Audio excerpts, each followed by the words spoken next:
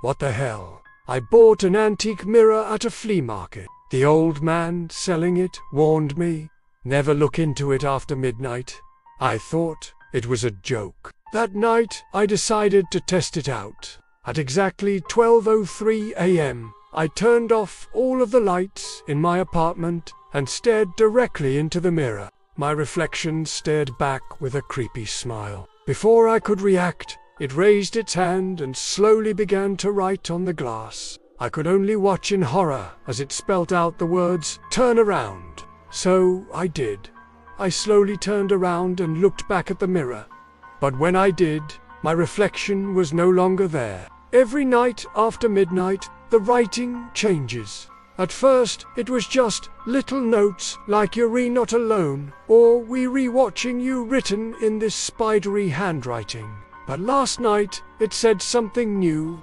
"You're not alone. We're just learning how to open from our side." What does that mean? I tried everything to get rid of it. I scrubbed the mirror with a sponge, but the writing wouldn't come off. I even tried to remove the backing, but it's literally fused to the wall. I don't know what kind of magic this mirror has, but I have a feeling it might have something to do with the old man who sold it to me. That's why I'm going back to the flea market tomorrow to confront him. Hopefully he'll be able to tell me how to stop this, or maybe even reverse it. Maybe I'll be able to trap my reflection instead.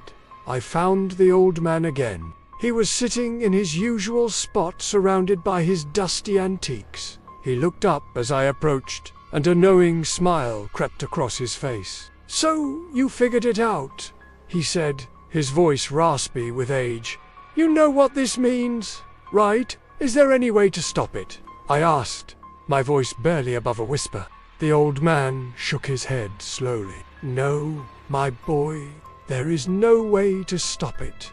Once you see it, it's too late. You've opened the door, and now they're coming for you." He leaned closer, his eyes gleaming with a strange light. "They've been trapped on the other side for years, but now they're free, and let me tell you, they are very angry." He stood up, his joints cracking. "You should have left that mirror alone.